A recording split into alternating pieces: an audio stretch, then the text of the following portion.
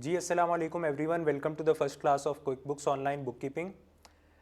आज की क्लास में मैं आप लोगों को ओवरव्यू बताऊंगा बुक कीपिंग का और किस तरह से आप लोग इस कोर्स से लर्न कर सकते हैं, क्या हमारा तरीक़ेकार होगा इसमें सीखने का और किस तरीके से हम सारी चीज़ों को लेकर चलेंगे, वो सारा आज की फ़र्स्ट क्लास में मैं आप लोगों को बताऊंगा। क्विक बुक्स के कोर्स में मैं बिल्कुल भी इस तरह से नहीं करूँगा कि पहली क्लास से ही क्विक बुक्स का सॉफ्टवेयर ओपन कर लिया और टेक्निकल चीज़ें बताना शुरू कर दी, बल्कि पहले मैं आप लोगों की बेस बनाऊँगा और आप लोगों को बताऊँगा बुक कीपिंग होती क्या है, की कैसे जाती है, क्लाइंट से डील किया कैसे किया जाता है, क्या डाटा हमें चाहिए होता है क्लाइंट से और उसको हम किस तरीके से इस्तेमाल करते हैं। बेसिकली जो अकाउंटिंग के स्टूडेंट्स हैं उनके लिए थोड़ा सा आसान हो जाएगा, क्योंकि जो अकाउंटिंग हम कॉपी पेंसिल पे कर रहे होते हैं उसको अब हमने सॉफ्टवेयर पे करना सीखना है। This is called online book keeping. ठीक है जी। इसके अलावा अगर मैं आपको अपना तारुफ कराऊं तो मेरा नाम सुहेब असगर है और मेरा तकरीबन 5 साल का एक्सपीरियंस है बुक कीपिंग में भी और यूएसए, यूके, यूएई की टैक्स रिटर्न्स में भी। मैंने ऑलमोस्ट 300 क्लाइंट से ज़्यादा सर्व किए हैं और मैं इतने ही साल से तकरीबन यूके और यूएस बेस्ड फर्म्स के साथ काम कर रहा हूँ। अच्छा जी, स्टार्ट करते हैं विदाउट वेस्टिंग एनी टाइम। सबसे पहले मैं यहाँ पे टाइटल दे रहा हूँ जनाब, मैं थोड़ा सा टेक्स्ट बड़ा कर लेता हूँ।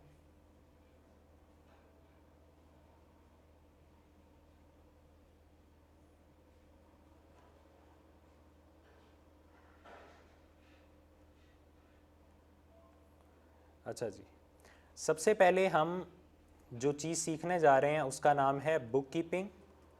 और बुक कीपिंग जिस टूल को लेकर हमने करनी है उसका नाम है quick books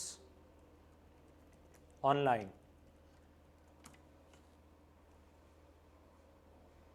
quick books online एक सॉफ्टवेयर है, एआई टूल है जो बुक कीपिंग को बहुत आसान बना देता है।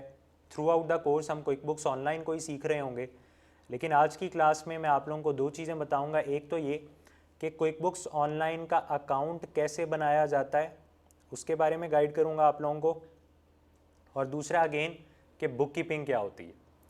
सो स्टार्ट करते हैं कि व्हाट इज़ बुक कीपिंग और इसको करने का तरीक़ेकार क्या होता है। मैं बुकिश नॉलेज पे नहीं जाऊंगा, मैं डेफिनेशन नहीं बताऊंगा कि what is meant by book keeping. मैं टोटली प्रैक्टिकल लेके चलने वाला हूं इसको। तो फ़र्ज़ करें एक क्लाइंट ने आपको अप्रोच किया बुक कीपिंग के लिए। तो जब भी कोई क्लाइंट आपको बुक कीपिंग के लिए अप्रोच करता है तो आपको उसका डाटा चाहिए। अगर डाटा नहीं होगा आपके पास तो आप उसकी बुक कीपिंग नहीं कर सकते। ठीक है जी। अब हमेशा ये बात याद रखिएगा कि जब हम इंटरनेशनल क्लाइंट्स की बुक कीपिंग कर रहे होते हैं तो जो डाटा हमें चाहिए होता है उस डाटा में सबसे इंपॉर्टेंट जो चीज़ होती है वो होती है बैंक स्टेटमेंट। क्या होती है जी? Bank statement.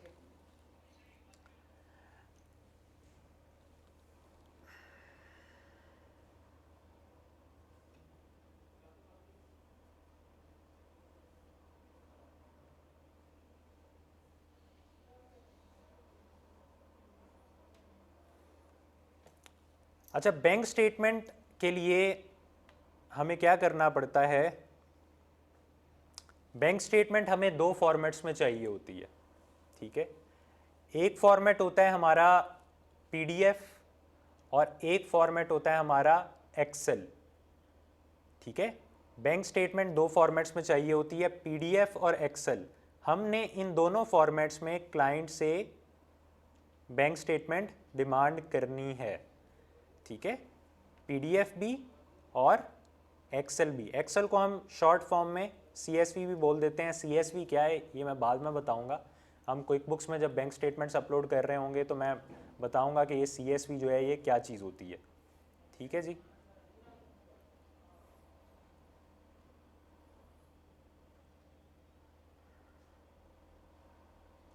ठीक है, तो बैंक स्टेटमेंट हमें चाहिए होती है पीडीएफ फॉर्मेट में, सीएसवी फॉर्मेट में, और ये जो बैंक स्टेटमेंट हमने क्लाइंट से लेनी है ये कौन से पीरियड की लेनी है, जिस पीरियड की बुककीपिंग है। लेट्स से क्लाइंट कहता है कि मुझे जनवरी से लेके दिसंबर तक, यानी कि पूरा साल, मेरा ये जो एनुअल ईयर है ये कैलेंडर ईयर है, जनवरी टू दिसंबर 2024, मुझे इस पीरियड की बुककीपिंग करवानी है आपसे। तो आपने इसी पीरियड की बैंक स्टेटमेंट लेनी है पूरे साल की। इसमें कोई मुश्किल बात नहीं है, इजी, मतलब जितने पीरियड की बुककीपिंग है उतने पीरियड की बैंक स्टेटमेंट चाहिए। अब बैंक स्टेटमेंट क्या होती है ये इस लेवल पे सबको पता होना चाहिए। आई थिंक इस लेवल पे सबके बैंक अकाउंट्स होंगे। आप लोगों को जीमेल पे आपके बैंक स्टेटमेंट भेजता होगा बैंक आप लोगों को, मंथली, सेमी एनुअली, क्वार्टरली। तो बैंक स्टेटमेंट आप लोग खोल के देखी होगी कभी कि बैंक स्टेटमेंट में क्या होता है, कुछ भी नहीं होता। डिटेल्स होती हैं आपके पूरे पीरियड के ट्रांजैक्शंस की, कि कितने पैसे आपके बैंक से कब कब किस किस डेट को कहाँ कहाँ गए और कब कब किस किस डेट को कहाँ कहाँ से पैसे आए। दो चीज़ें होती हैं बैंक स्टेटमेंट में, डेबिट और क्रेडिट कॉलम, या फिर पेमेंट और रिसीट्स का कॉलम, कि आपकी पूरे पीरियड में कितने पैसे जा रहे हैं, कौन कौन सी डेट को जा रहे हैं और कितने आ रहे हैं। तो बैंक स्टेटमेंट में यही होता है और कुछ नहीं होता, इसमें कोई टेक्निकलिटी नहीं है। ठीक है, स्टेप बाय स्टेप हम चीज़ों को लेके चलेंगे और मैं कोशिश करूँगा कि हर चीज़ साथ साथ क्लियर करके चलूँ। अच्छा, बैंक स्टेटमेंट हमने ले ली क्लाइंट से। दूसरी जो इम्पॉर्टेंट चीज़ हमें चाहिए होती है वो हमें चाहिए होते हैं जनाब sale invoices and purchase invoices. अच्छा, सेल इनवॉइसेस और परचेज इनवॉइसेस को हम शॉर्ट फॉर्म में कभी कभी बोल देते हैं सिन्स और पिन्स। सेल इनवॉइसेस SIN, ठीक है, तो SINs and PINs. Sale invoices क्या होती हैं और परचेज इनवॉइसेस क्या होती हैं।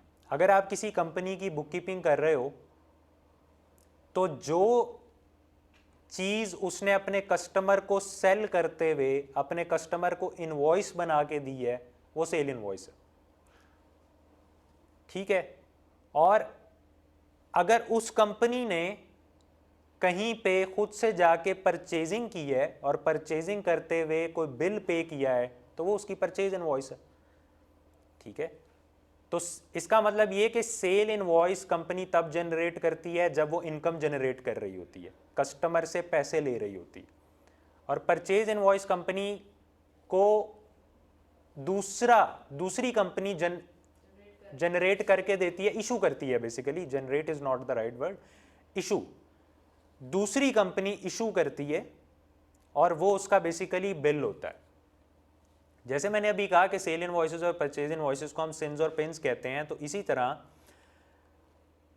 हम सेल इनवॉइस को इनवॉइस ही बोला करते हैं नॉर्मली, लेकिन परचेज इनवॉइस को हम क्या बोलते हैं, बिल। ठीक है, बिल क्यों बोलते हैं, क्योंकि इसमें आप पे कर रहे होते हो। तो सब कनेक्ट कर पा रहे होंगे। अगर आज इस क्लास में कोई नॉन अकाउंटिंग का स्टूडेंट है वो भी ये जानता है, बिल का वर्ड तो फेमस है, हम इससे बड़े अच्छे तरीके से कनेक्ट करते हैं कि बिल हमेशा हम पे ही करते हैं। ठीक है, तो बिल हम यूज़ करते हैं परचेज इनवॉइस के लिए, और इनवॉइस का वर्ड हम यूज़ करते हैं जब हम सेल कर रहे होते हैं अपने कस्टमर को। अच्छा, अब ये जो दो चीज़ें हैं, बैंक स्टेटमेंट और इनवॉइसेस और बिल्स, ये आपकी बुककीपिंग की बैकबोन है। अगर आप मुझे कहें कि क्या बैंक स्टेटमेंट और इनवॉइसेस और बिल्स के बगैर बुककीपिंग हो सकती है, तो मैं कहूँगा इम्पॉसिबल, सवाल ही पैदा नहीं होता।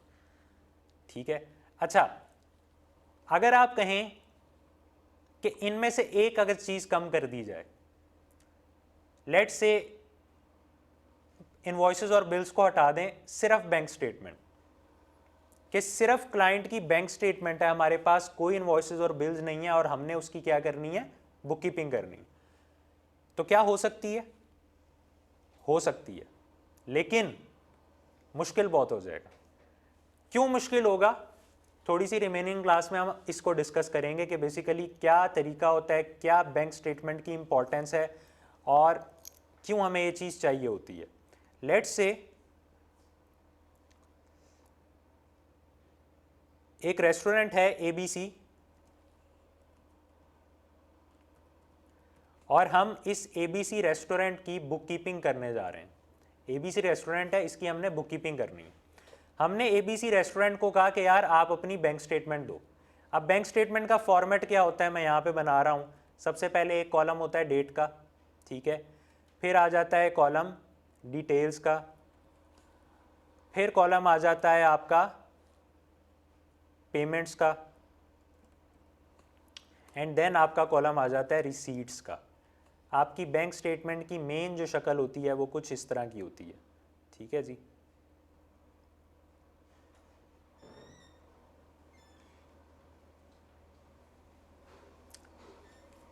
अच्छा जी, अब लेट्स से अगेन डेट्स हम वही रखते हैं कि हम 1 जनवरी से 31 दिसंबर तक की उसकी बुक कीपिंग कर रहे हैं पूरे साल की। और यहाँ पे मैं डेट लिखता हूँ जनाब 1 जनवरी को। साल 2024 ही है, अभी कंसीडर करें, साल लिखने की ज़रूरत नहीं है। 1 जैन को उसकी बैंक स्टेटमेंट में हमें एक डिटेल नज़र आती है एक्स कस्टमर। ये मैं मिसाल दे रहा हूँ, अभी बहुत बेसिक लेवल पे समझा रहा हूँ। तो कस्टमर का नाम है एक्स, ठीक है, और यहाँ पे रिसीट वाली साइड पे हमें एक अमाउंट शो हो रही है 500 की। हमने उसकी बैंक स्टेटमेंट खोल के देखी, 1 जनवरी को एक 500 की अमाउंट रिसीट साइड पे नज़र आ रही है, और जब हम डिटेल्स देख रहे हैं तो एक्स कुछ लिखा हुआ है, ठीक है। कस्टमर मैंने आप लोगों के लिए अभी बेसिक लेवल पे समझाने के लिए लिखा है, वरना बैंक स्टेटमेंट में कस्टमर या सप्लायर लिखा नहीं होता, ठीक है। अच्छा, तो चलो इसको भी कस्टमर हटा देते हैं, हम इसका नाम रख देते हैं अल्फ़ा, ठीक है। कि अल्फ़ा के नाम से $500, पाउंड, रुपए, वॉटएवर बैंक में आ रहे हैं। और इसी तरह अब हम एक डेट लिखते हैं 1 दिसंबर, और अब हम यहाँ पे लिख देते हैं बीटा, और यहाँ पे लिख देते हैं पेमेंट साइड पे 200।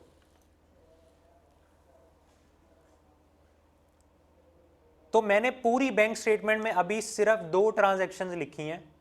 उसकी रीज़न ये है कि मैं आप लोगों को समझाना चाहता हूँ कि बैंक स्टेटमेंट किस तरीके से काम करती है और हम क्लाइंट की बैंक स्टेटमेंट को किस नज़र से देख रहे होते हैं। तो अभी हमारे क्लाइंट की बैंक स्टेटमेंट में 2 ट्रांजैक्शन है, एक रिसीट्स, एक पेमेंट।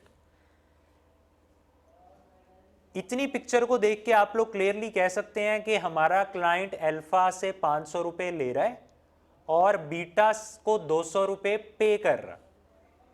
क्लियर है? अच्छा, इसी तरह मैं 2 ट्रांजैक्शन रख रहा हूं, 2 से ज़्यादा पे नहीं जा रहा अभी, सिंपल करने के लिए। आपको क्लाइंट एक सेल इनवॉइस देता है और एक परचेज इनवॉइस देता है।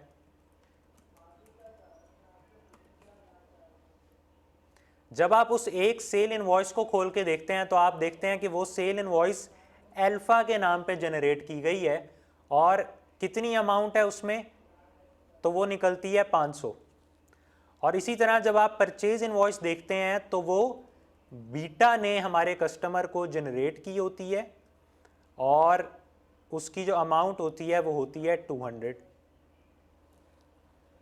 और जब आप इनकी डेट्स मैच करते हैं तो डेट्स भी सेम निकलती हैं, यानी कि इसकी डेट निकलती है 1 दिसंबर और इसकी आपकी डेट निकलती है जनाब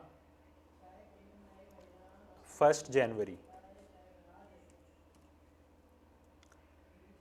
तो हो क्या रहा है, हो ये रहा है, आप जब सेल इनवॉइस देख रहे हो अपने कस्टमर की, तो आप ये देख रहे हो कि वो अल्फा से 500 ले रहा है, सेल इनवॉइस है ना, कस्टमर है उसका। और जब आप परचेज इनवॉइस देख रहे हो तो आप कह रहे हो कि वो बीटा को 200 पे कर रहा है। यही चीज उसकी बैंक स्टेटमेंट में रिफ्लेक्ट हो रही है। क्या ख्याल है? क्योंकि अगर मैं इंटरनेशनल लेवल पे बात करूं तो वहां पे क्लाइंट्स की 95 to 99% पेमेंट्स बैंक के थ्रू ही हो रही होती, ठीक है। पाकिस्तान में ऐसा नहीं होता। पाकिस्तान में अभी भी जो है वो कैश बहुत ज़्यादा चलता है। गो के पाकिस्तान में भी अब कार्ड पेमेंट्स और इन चीज़ों का रिवाज आहिस्ता आहिस्ता बढ़ता जा रहा है, लेकिन स्टिल बाहर बहुत ज़्यादा है। बाहर कंपनीज़ की 95% पेमेंट्स बैंक के थ्रू ही आ जा रही होती हैं। इसका मतलब ये कि हमें क्लाइंट की बैंक स्टेटमेंट और इनवॉइसेस, बिल्स, ये तीन चीज़ें इसलिए चाहिए होती हैं कि हम इनवॉइसेस और बिल को उसकी बैंक स्टेटमेंट से मैच कर सकें कि यार ये जो सेल इनवॉइसेस इसने मुझे दी हैं, जो कस्टमर से इसने पैसे लिए हैं, क्या ये इसके बैंक स्टेटमेंट में भी शो हो रहे हैं आते हुए। और इसी तरह जो परचेज इनवॉइस ये हमें दे रहा है, क्या वही पेमेंट्स इसकी बैंक स्टेटमेंट में भी नज़र आ रही हैं। रिकंसाइल कर लेते हैं, चेक कर लेते हैं, ठीक है। अच्छा, इसका फ़ायदा क्या होता है? इसका फ़ायदा ये होता है, गौर से सुनिएगा आप, थोड़ा सा आहिस्ता आहिस्ता करके ना, मैंने बहुत बेसिक लेवल से बात को शुरू किया है, लेकिन मैं इसको आहिस्ता आहिस्ता करके अब लेवल थोड़ा सा बढ़ाता जाऊंगा। रोज़ रोज़ हम इसको मज़ीद डिफ़िकल्ट करते जाएंगे। अब होता क्या है, ये बात ज़रा तवज्जो से सुनने वाली है। इस चीज़ का फ़ायदा क्या है? ये जो हम इनवॉइसेस भी ले रहे हैं, बिल्स भी ले रहे हैं, बैंक स्टेटमेंट भी ले रहे हैं, इस चीज़ का फ़ायदा ये है कि लेट्स से आपके क्लाइंट ने आपको दिए 15 इनवॉइसेस, 15 सेल इनवॉइसेस दी पूरे साल में, और उसने आपको जो बिल दिए आपके क्लाइंट ने वो आपको दिए 10।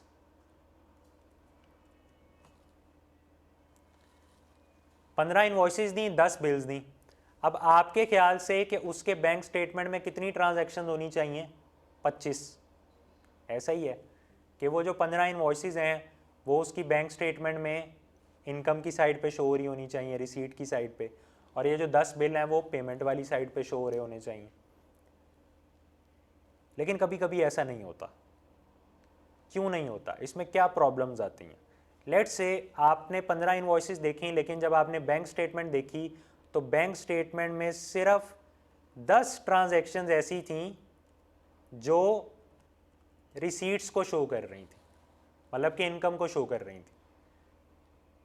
अच्छा, इसके बरक्स उल्टा कर देता हूँ, बिल 10 थे लेकिन बैंक स्टेटमेंट में आपको कोई 15 ट्रांजैक्शन शो हो रही थी जो पेमेंट्स को शो कर रही थी।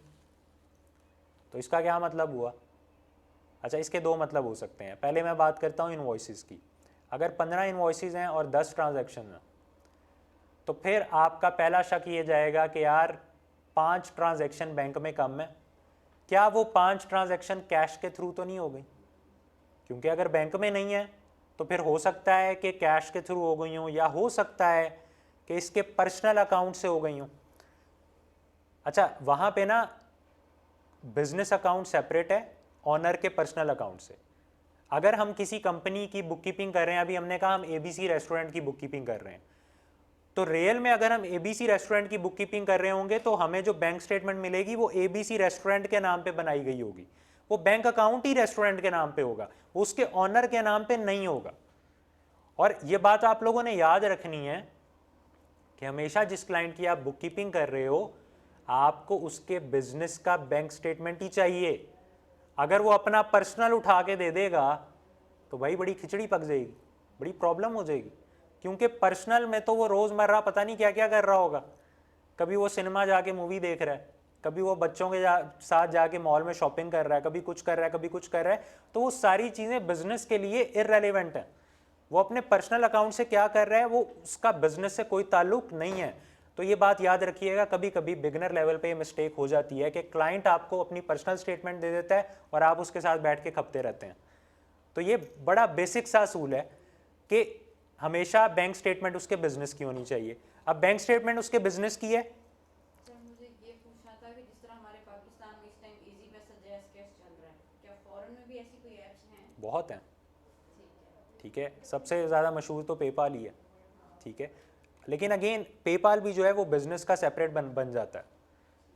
तो अगर किसी क्लाइंट ने पेपाल बनाया होगा और वो पेपाल से भी बिजनेस की ट्रांजैक्शंस कर रहा होगा तो वो आपको पेपाल की स्टेटमेंट भी देगा। देखें, बैंक स्टेटमेंट से मुराद ये है कि क्लाइंट जितने भी बैंक अकाउंट्स या पेपाल, पेयोनीर, वॉटएवर, वाइज बहुत मशहूर प्लेटफॉर्म है, जितनी भी चीज़ें वो यूज़ कर रहा है बिजनेस के लिए, उन सब की स्टेटमेंट उसने आपको देनी है। मकसद ये नहीं है कि सिर्फ एक बैंक स्टेटमेंट, जितनी भी यूज़ कर रहे हैं। अच्छा, कुछ क्लाइंट्स होते हैं वो एक ही यूज़ कर रहे होते हैं, कुछ क्लाइंट होते हैं वो दो, फिर कुछ क्लाइंट होते हैं एक उनकी बैंक स्टेटमेंट होती है, एक उनकी क्रेडिट कार्ड स्टेटमेंट होती है, क्रेडिट कार्ड से भी वो पेमेंट्स कर रहे होते हैं, तो हमें फिर दोनों चाहिए, ठीक है। तो वट एवर जो चीज़ भी वो बिजनेस के लिए यूज़ कर रहे हैं, जौन से अकाउंट्स भी यूज़ कर रहे हैं, उन सब की स्टेटमेंट हमें चाहिए। लेकिन सर क्रेडिट कार्ड का तो हमारे बैंक स्टेटमेंट में आ नहीं जाता कि ट्रांजैक्शन कार्ड से हुई है। नहीं, वहाँ पे ज़रा अलग हिसाब होता है, क्रेडिट कार्ड स्टेटमेंट वहाँ पे अलग से इशू होती क्योंकि है। हमारे तो अपनी इसी स्टेटमेंट में ही आ जाता है कि आपने कार्ड यूज़ किया। हाँ, क्रेडिट कार्ड स्टेटमेंट सेपरेट होती है। तो चलें जी, पॉइंट पे वापस आते हैं कि क्लाइंट की बैंक स्टेटमेंट है, 15 इन्वॉइसेस थी, लेकिन बैंक स्टेटमेंट में सिर्फ 10 ट्रांजैक्शन हमें नज़र आई। हमें लगा कि 5 ट्रांजैक्शन बैंक में मिसिंग हैं, तो ये 5 ट्रांजैक्शन या तो कैश से हो गई होंगी या तो पर्सनल अकाउंट या किसी और अकाउंट में हो गई होंगी, पूछना पड़ेगा। लेकिन अगर एक बिगिनर ये करे, बिगिनर कभी कभी कर लेते हैं, हम भी शुरू में ऐसे ही करते थे, हम भाग के पूछ लेते थे क्लाइंट से, बताओ जल्दी से ये क्या हुआ कि आपकी तो 15 इन्वॉइसेस थी, बैंक में तो 10 इनकम आ रही है, और वो क्लाइंट को समझ नहीं आ रही होती थी ये क्या कह रहा है 15 10। क्यों नहीं समझ आ रही होती थी? रीज़न मैं बताता हूँ। कभी कभी लेट से इन्वॉइस है 500 की, एक 500 की इन्वॉइस है, एक 200 की इन्वॉइस है, एक 300 की इन्वॉइस है, और उसकी मिला के 1000 इकट्ठी कभी कभी बैंक में पेमेंट आ रही होती है। कभी ऐसा भी हो जाता है, नंबर में डिफरेंस इनवॉइस और ट्रांजैक्शन के कभी इस वजह से भी आ जाता है, ठीक है, कि 3 इनवॉइसेस की, 4 इनवॉइसेस की इकट्ठी एक ट्रांजैक्शन में बैंक में पेमेंट आ रही होती है। और ज़्यादातर ऐसा ही होता है सेम कस्टमर का, कि अगर आपने एक ही कस्टमर को 3 से 4 डिफरेंट इनवॉइसेस इशू किए हैं, हो सकता है पेमेंट वो आपको एक ही किस्त में कर रहा हो, ठीक है। तो ये चीज़ें, ये मैं आप लोगों को सिखाऊंगा आगे जाके, अभी तो मैं आप लोगों को जस्ट ओवरव्यू दे रहा हूँ।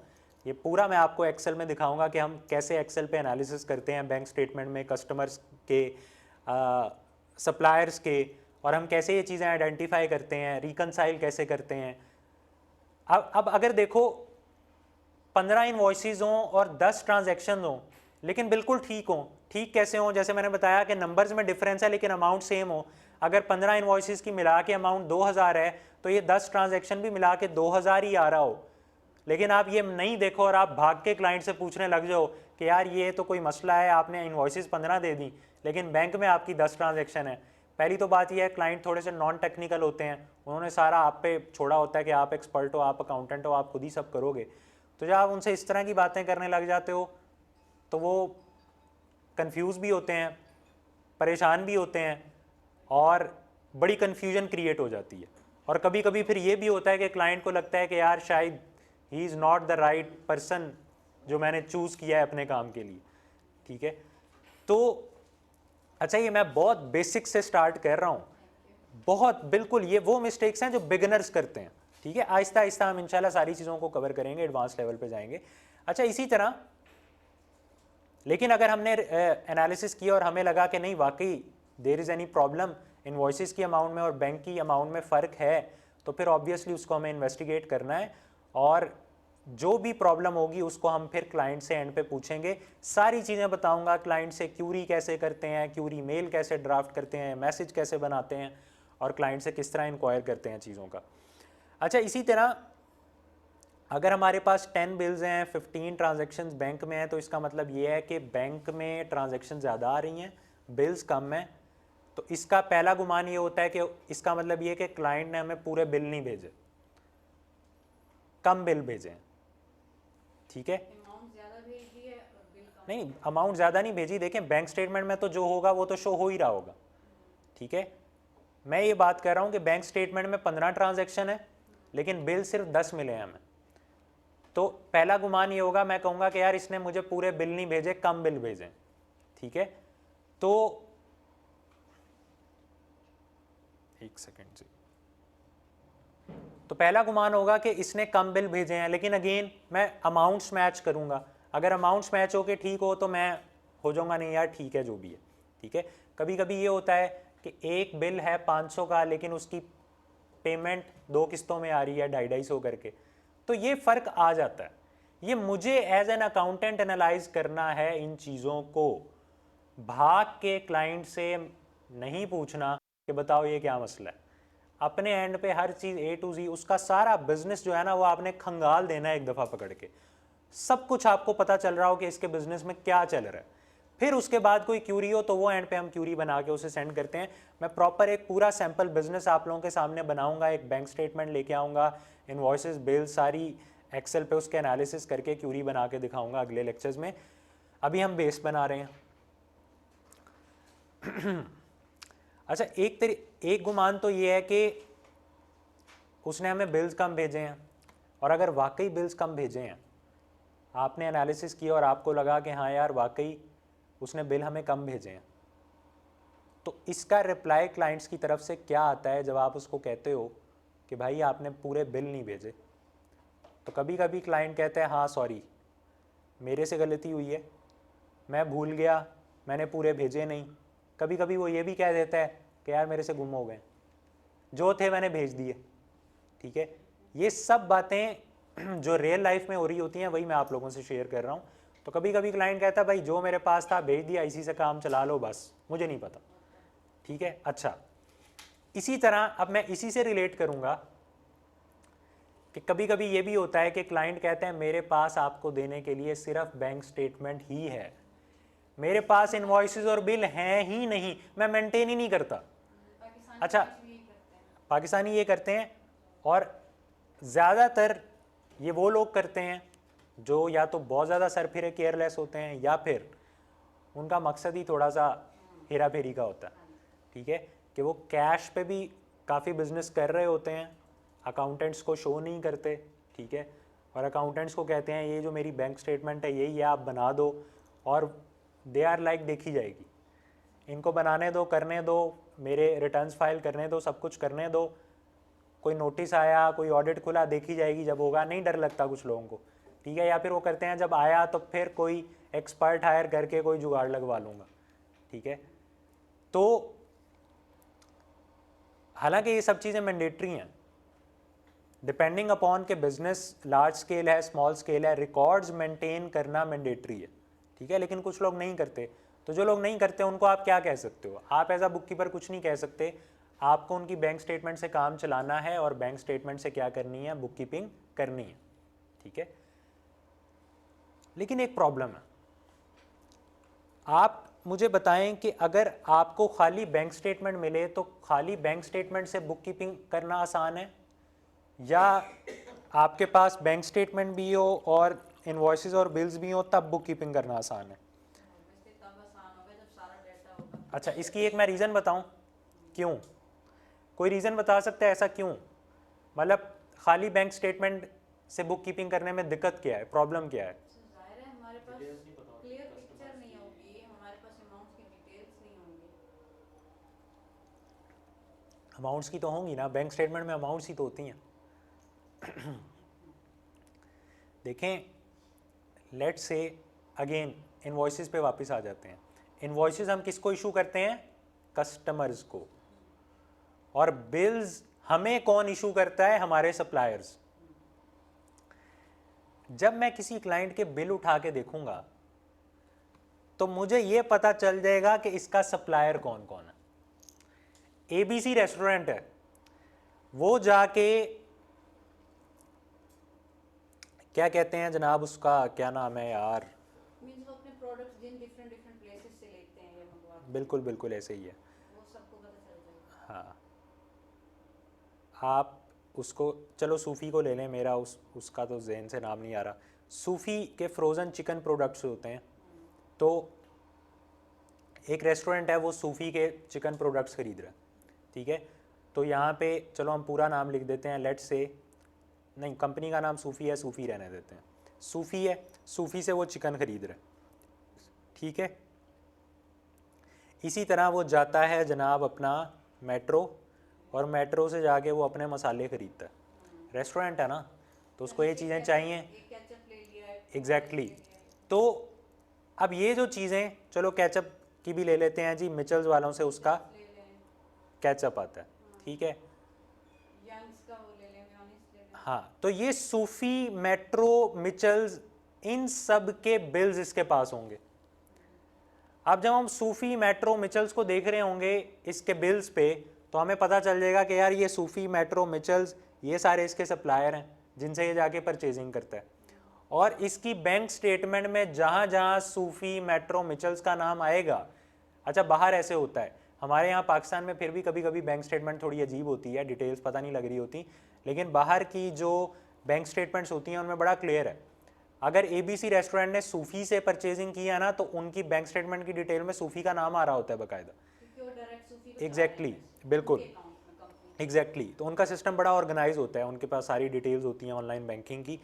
तो अब जब हम क्लाइंट के बिल्स देख रहे हैं, तो हम सिर्फ क्लाइंट के बिल्स नहीं देख रहे, हम उसके सप्लायर देख रहे हैं। कौन देख रहे हैं? सप्लायर। और जब हम क्लाइंट की इन्वॉइसेस देख रहे हैं, तो हम उसकी सिर्फ इन्वॉइसेस नहीं देख रहे, हम उनके क्या देख रहे हैं? कस्टमर्स। अच्छा, अब इन्वॉइसेस में लेट से डिफरेंट नाम आ रहे हैं, ठीक है, अनस आ रहा है, अली आ रहा है, बिलाल आ रहा है, अब्बास आ रहा है, वटेवर। अब यही नाम अनस, अली, अब्बास, बिलाल जब हमें बैंक स्टेटमेंट में शो होंगे, तो हम तो बैंक स्टेटमेंट को देखते ही, अच्छा ये इसकी वो कस्टमर की पेमेंट्स आ रही, ठीक है। अब ये फ़ायदा होता है कि जब आपके हाथ में बिल्स और इन्वॉइसेस होते हैं ना, आप 50% से ज़्यादा बैंक स्टेटमेंट तो वहीं पे पहचान लेते हो कि ये बैंक में ये कस्टमर की पेमेंट्स आ रही हैं और ये पेमेंट्स इसके सप्लायर्स को जा रही हैं। तो बैंक स्टेटमेंट को एनालाइज करना बहुत सिंपल हो जाता है, ठीक है। अच्छा, यही सब चीज़ें फुल प्रैक्टिकल लेवल पे मैं आप लोगों को करके दिखाऊंगा। हमने क्विक बुक्स पे बुक कीपिंग करने से पहले, क्विक बुक सॉफ्टवेयर है जिसपे हम बुक कीपिंग करते हैं, उससे पहले हमने क्लाइंट का सारा डाटा एक्सेल पे अच्छे तरीके से एनालाइज करना होता है। जब हमें उसके बिजनेस की सारी कहानी समझ आ जाती है, उसके बाद हम उसके बिजनेस को उठा के क्विक बुक्स में इंपोर्ट करते हैं। हम उसकी बैंक स्टेटमेंट भी क्विक बुक्स में इंपोर्ट करते हैं, हम उसके बिल्स और इनवॉइसेस भी क्विक बुक्स पे इंपोर्ट करते हैं, और उसके बाद हमारा क्विक बुक्स पे काम बहुत आसान हो जाता है, चंद क्लिक्स का काम होता है, क्योंकि हम पहले से एक्सेल पे उसके सारे बिजनेस की छानबीन कर चुके होते हैं, और अगर कोई मसला है, कोई क्यूरी है, तो वो आइडेंटिफाई कर चुके होते हैं। अब यहाँ पे अगेन कुछ बिगिनर्स होते हैं, वो पता है क्या करते हैं, क्लाइंट का डाटा पकड़ा, फट से क्विक बुक्स में डाल दिया, और बाद में क्विक बुक्स में कमले हो रहे होते हैं, ये क्या हो गया, ये ट्रांजैक्शन किधर थी, ये ट्रांजैक्शन किस चीज़ की है, ये बिल किधर से आ गया, ये घूम जाते हैं। अच्छा, करते हैं, मैं भी कर लेता हूँ ऐसे।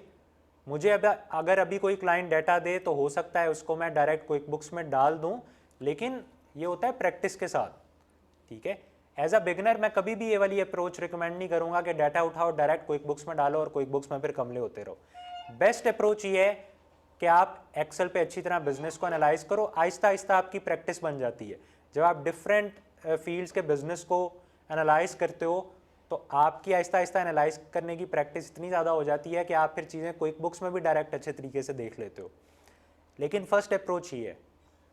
अच्छा, इसके बाद क्विक बुक्स का अकाउंट कैसे क्रिएट करना है, इसके बारे में मेरी एक रिकॉर्डेड वीडियो है जो मैं आप लोगों को प्रोवाइड कर दूंगा। उसकी रीज़न ये है कि हम लाइव क्लास में बैठ के इस चीज़ पर टाइम ज़ाया नहीं करेंगे कि क्विक बुक्स का अकाउंट कैसे बनाना, ठीक है। क्विक बुक्स के अकाउंट क्रिएट करने के 2-3 तरीके हैं। एक तो ये है कि क्विक बुक्स का ट्रायल वर्जन मिलता है, और ये ट्रायल वर्जन जो होता है ये 30 डेज़ का होता है, ठीक है। अगर किसी ने प्रैक्टिस करनी है तो वो क्विक बुक्स के ट्रायल वर्जन पे 30 डेज़ का अकाउंट लेके प्रैक्टिस कर सकता है 30 दिन के लिए, ठीक है। दूसरा तरीका होता है प्रैक्टिस करने का कि आप ना लें ट्रायल वर्जन, क्विक बुक्स आपको डमी अकाउंट प्रोवाइड करता है, वो यूके बेस्ड भी होता है, यूएस बेस्ड भी होता है, दोनों होते हैं, हम आगे जाके कोर्स में देखेंगे। उस डमी अकाउंट में आप वैसे ही प्रैक्टिस कर सकते हैं, वो सिर्फ डमी अकाउंट होता है, ठीक है, जिसमें रॉ डाटा क्विक बुक्स ने पहले से ऐड किया हुआ होता है, आप उस पर जाके बैंक स्टेटमेंट, इनवॉइसेस वगैरह को कैटेगराइज करने की प्रैक्टिस कर सकते हैं। अच्छा, एक तरीका ये ट्रायल वर्जन ले, एक तरीका डमी अकाउंट। अगर आप ऑनलाइन सर्च करेंगे यूट्यूब पे, गूगल पे, तो आपको यही दो तरीके ज़्यादातर बताए जाएंगे कि क्विक बुक्स का ट्रायल वर्जन ले लो, डमी अकाउंट ले लो। एक तरीका जो मैंने अपने लेक्चर में बताया हुआ है, जो मेरा अकाउंट क्रिएशन का लेक्चर है, वो है कि आप क्विक बुक्स का प्रो एडवाइज़र अकाउंट बना लें, ठीक है। अब ये जो प्रो एडवाइज़र अकाउंट होता है, इसके बेनिफिट्स कुछ इस तरह होते हैं कि एक तो ये लाइफ टाइम होता है, ठीक है, इसकी 30 डेज़ जैसी कोई सब्सक्रिप्शन नहीं होती कि 30 दिन के बाद आपका जो ट्रायल है वो ख़त्म हो जाएगा। और दूसरी सबसे मज़े की बात यह है कि फ्री होता है, पूरी ज़िंदगी के लिए फ्री होता है, आपको पूरी ज़िंदगी कोई पेमेंट नहीं करनी, ठीक है। और तीसरी सबसे बड़े मज़े की बात यह है कि इस अकाउंट में आप क्लाइंट्स की एक्सेस ले सकते हैं। अब क्लाइंट्स की एक्सेस लेने का क्या मतलब है, वो आगे जाके डिटेल से देखेंगे, अभी ओवरव्यू बता देता हूँ कि आप अपने जिस जीमेल पे आपने अपना क्विक बुक्स का ये अकाउंट बनाया होता है, आप वो जीमेल अपने क्लाइंट को भेजते हैं, वो अपने क्विक बुक्स के अकाउंट पे आपको इनविटेशन भेजता है, आप उसको एक्सेप्ट करते हैं, और उससे होता क्या है कि आपके अपने क्विक बुक्स के अकाउंट में एक क्लिक से आप अपने क्लाइंट के क्विक बुक्स के अकाउंट पे जा सकते हैं, ठीक है। मतलब लॉगिन आप अपना अकाउंट करेंगे, अपने क्लाइंट का अकाउंट नहीं लॉगिन करेंगे, अपना करेंगे। लेकिन अपना अकाउंट लॉगिन करने के बाद एक ऑप्शन होती है जहाँ पे आप जाते हैं, उस पर क्लिक करते हैं तो आपके क्लाइंट का अकाउंट ओपन हो जाता है। मतलब वो आपसे अपना लॉगिन पासवर्ड नहीं शेयर करता, लेकिन वो इनवाइट कर देता है, आप एज एन अकाउंटेंट उसके अकाउंट में ऐड हो जाते हैं, और फिर उसके अकाउंट की एक्सेस आपके पास आ जाती है। एज एन अकाउंटेंट उसके अकाउंट में आप सब कुछ कर सकते हैं, उसकी बुक कीपिंग कर सकते हैं, इन शॉर्ट। लेकिन इसके लिए उसकी परमिशन तो चाहिए होगी। एग्जैक्टली, वो भी वहाँ से ओके करेगा। बिल्कुल इनवाइट करेगा वो आपको। अच्छा, अब प्रो एडवाइज़र अकाउंट जो है, मैंने बताया लाइफ टाइम होता है, फ्री ऑफ कॉस्ट होता है, इसमें क्लाइंट की एक्सेस जो है वो भी मिल जाती है। लेकिन ये तो हो गए इसके फ़ायदे, इसके नुकसान क्या हैं? इसका नुकसान ये है, अच्छा पहली बात तो ये है कि प्रो एडवाइज़र अकाउंट के बारे में मैं बार बार बता दूं, स्टूडेंट बाद में फिर बहुत ज़्यादा क्यूरीज करते हैं। प्रो एडवाइज़र अकाउंट एक ऐसा अकाउंट है जिसको कोई नहीं बताता। आप यूट्यूब पे एक्सप्लोर करेंगे, आपको कहीं पे भी नहीं मिलेगा कि क्विक बुक्स का प्रो एडवाइज़र अकाउंट बना लो। वो यही बताएंगे ट्रायल वर्जन बना लो, डमी अकाउंट यूज़ कर लो, ये कर लो, वो कर लो। तो ProAdvisor account is something जो आप लोगों को मैं बता रहा हूँ, लेकिन इसको बनाना आसान नहीं होता। आसान क्यों नहीं होता? ये नहीं है कि टेक्निकल है, ये नहीं कि आप स्क्रीन पे जाओगे और आपको पता नहीं लगेगा करना क्या है, नहीं, ये नहीं होता। ये है कि एरर देता है, लोड नहीं होती स्क्रीन, ठीक है। अच्छा, इसमें ये होता है कि 10 में से 2 लोगों का फौरन बन जाता है, बगैर अटके, बगैर डिले हुए, बगैर कोई एरर आए। लेकिन 7 से 8 लोग तंग होते हैं। फिर उन 7 से 8 लोग, किसी का सेकंड ट्राई में बन जाता है, किसी का 10वीं ट्राई में बन जाता है, किसी की 20वीं ट्राई में बन जाता है। ये इशू जो है ये क्विक बुक्स की तरफ से है, और इसमें क्विक बुक्स का हेल्प सेंटर कोई रिप्लाई भी नहीं करता कि ये क्यों है, कैसे है, उस पर कोई रिस्पॉन्ड नहीं करते सही तरह।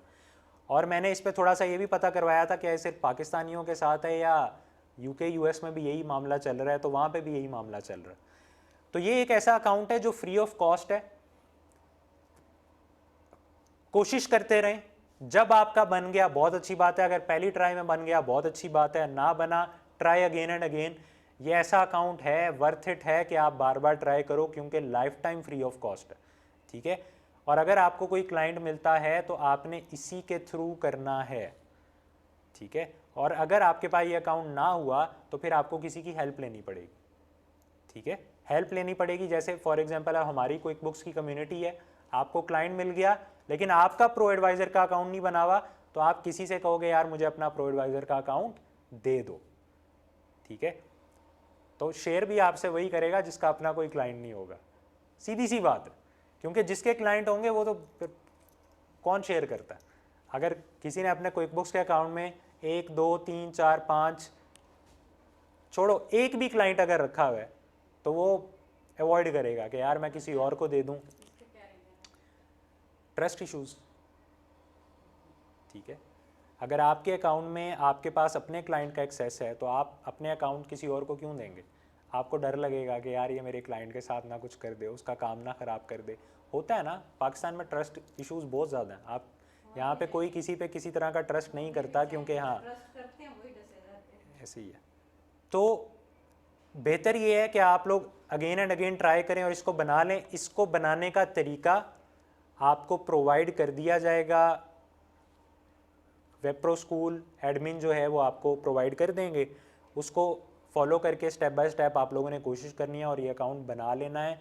अदरवाइज अच्छा, अब कुछ स्टूडेंट्स इसलिए परेशान हो रहे होते हैं कि सर प्रो एडवाइज़र अकाउंट नहीं बन रहा, हम प्रैक्टिस कैसे करें? तो भाई प्रैक्टिस के लिए तो प्रो एडवाइज़र अकाउंट है ही नहीं। प्रैक्टिस के लिए तो आप डमी अकाउंट पे भी कर सकते हो, आप ट्रायल वर्जन पे भी कर सकते हो, और हम ओवरऑल इस कोर्स में डमी अकाउंट भी यूज़ करेंगे और मैं अपना प्रो एडवाइज़र अकाउंट वाला भी यूज़ करूँगा आप लोगों को दिखाने के लिए। डमी अकाउंट हम यूके वर्जन भी यूज़ करेंगे, यूएस वर्जन भी यूज़ करेंगे, और इस कोर्स में मैं आप लोगों को यूएस और यूके दोनों क्लाइंट्स की बुक कीपिंग सिखाने वाला हूँ। थोड़ा सा फ़र्क होता है, ठीक है। ऑब्वियसली फ़र्क कहाँ पे आ जाता है? टैक्सेस में आ जाता है। दोनों का जो इंटरफेस होता है यूके का और यूएस का वो डिफरेंट होता है। यूके में क्विक बुक्स में वैट होता है, यूएस में सेल्स टैक्स होता है। तो सेल्स टैक्स को कैसे सेट करते हैं, वैट की क्या सेटिंग्स होती हैं, क्या रूल्स एंड रेगुलेशंस, ये अलग अलग चीज़ें हैं। तो वैसे तो ये broadly topics UK US tax के हैं, लेकिन बुक कीपिंग में एक बुक कीपर को, याद रखिएगा, एक बुक कीपर टैक्स एक्सपर्ट नहीं होता। टैक्स एक्सपर्ट एक अलहदा बंदा है, बुक कीपर एक अलहदा बंदा है। लेकिन बुक कीपिंग में आपको, जैसे अगर यूके है तो वैट का पता होना चाहिए एज अ बुक कीपर, ठीक है। और इसी तरह अगर आप यूएस के हो बुक कीपर तो आपको सेल्स टैक्स का पता होना चाहिए। तो वो चीज़ें हम इसी क्विक बुक्स के कोर्स में आगे जाके जब मैं आप लोगों को सॉफ्टवेयर करवा रहा हूँगा तो वो सब चीज़ें बताऊँगा। आज की क्लास के लिए इतना ही, मिलते हैं इंशाल्लाह नेक्स्ट क्लास में। अल्लाह हाफ़िज़।